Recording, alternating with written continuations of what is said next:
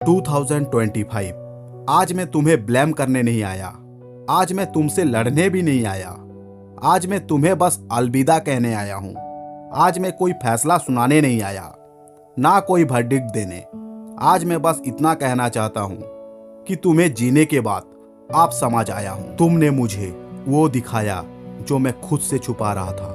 मेरी मेहनत भी और मेरी कमी भी, दोनों एक साथ। इस साल मैंने पहली बार ये एक्सेप्ट किया कि सिर्फ कोशिश बोलना और कोशिश करना एक जैसे नहीं होते। इस साल मैंने हार अपनी रिजल्ट में नहीं देखी, मैंने हार अपनी आदतों में देखी। रोज जानते हुए भी रुक जाने में, रोज बोल के भी ना कर पाने में। और जब आदमी रोज खुद को ही इग्नोर करता है ना, तो धीरे धीरे वो अपनी ही आवाज सुनना बंद कर देता है। सच ये है 2025, तुम मुश्किल नहीं थे, मैं ही रेडी नहीं था। मैं रेडी इसलिए नहीं था क्योंकि मैं कंफर्टेबल हो गया था।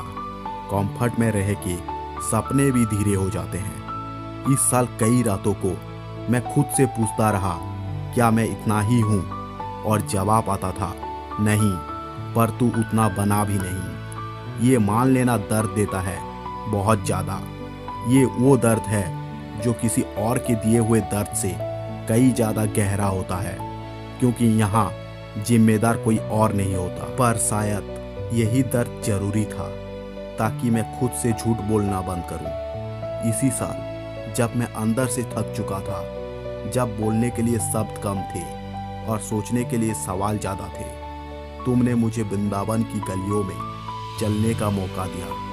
उन गलियों में जहाँ आवाज़ कम होती है और मन अपने आप चुप हो जाता है। वहाँ चलना सिर्फ चलना नहीं होता, वहाँ चलना अपने आप के साथ चलना होता है। तुम मुझे कृष्ण जन्मस्थान ले गए, जहाँ पहली बार समझ आया कृष्णा सिर्फ भगवान नहीं, जिम्मेदारी भी है। वहाँ से महसूस हुआ कि जन्म सिर्फ शरीर का नहीं होता, कभी कभी सोच का भी जन्म होता है। तुम मुझे बरसाना ले गए, उन पवित्र महल तक जहाँ भक्ति प्यार के साथ मर्यादा भी सिखाती है। वहाँ समझ आया कि प्यार जब नियम के साथ होता है तो वो और गहरा हो जाता है।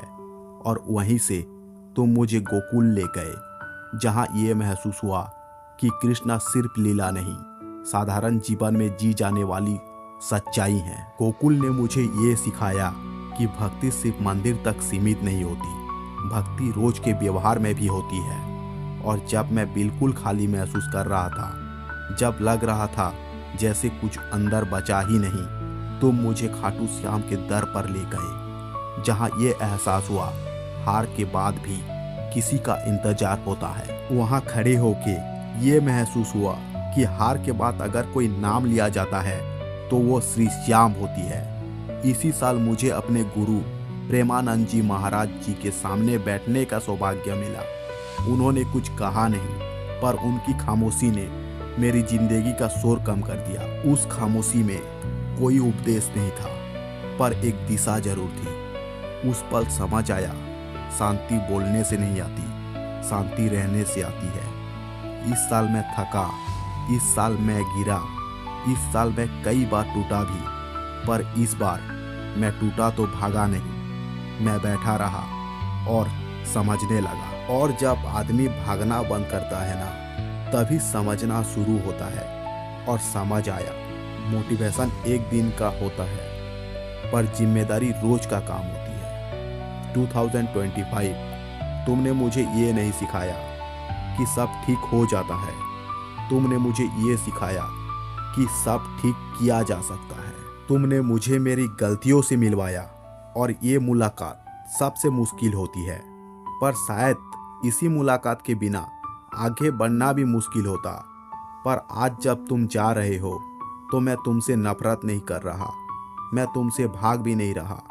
मैं मानता हूँ तुम जरूरी थे, तुमने मुझे स्लो किया ताकि मैं सही डायरेक्शन देख सकूँ, तुमने मुझे चुप कराया ताकि मैं अपनी आवाज़ सुन सकूँ।